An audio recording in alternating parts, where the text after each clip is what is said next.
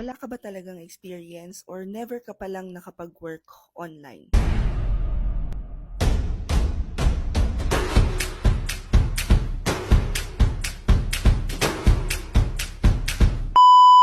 Get this comment na kasi wala akong experience.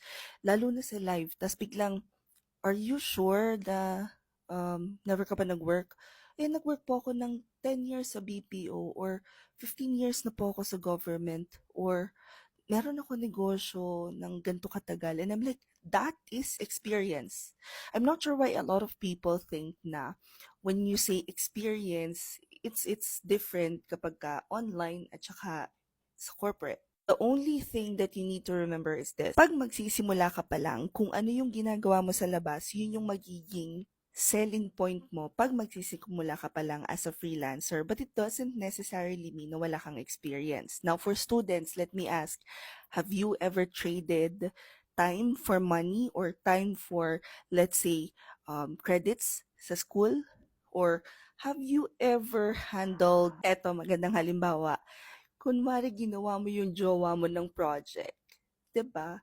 That's an experience already. Whatever you're doing in school, whether it's for on the job training, whether you're a student assistant, anything that allowed you to gain experience is already an experience.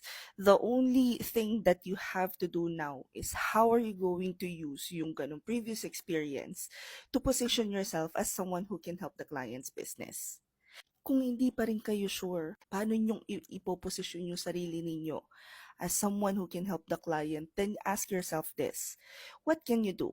Administrative, creative, tech, support, or sales? Maalin doon? Pagkatapos, pag-aralan ninyo anong industry kayo malapit. Halimbawa, yung nanay ninyo ay ahente ng lupa.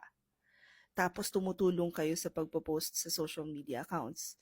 Why not consider doing social media management for your clients?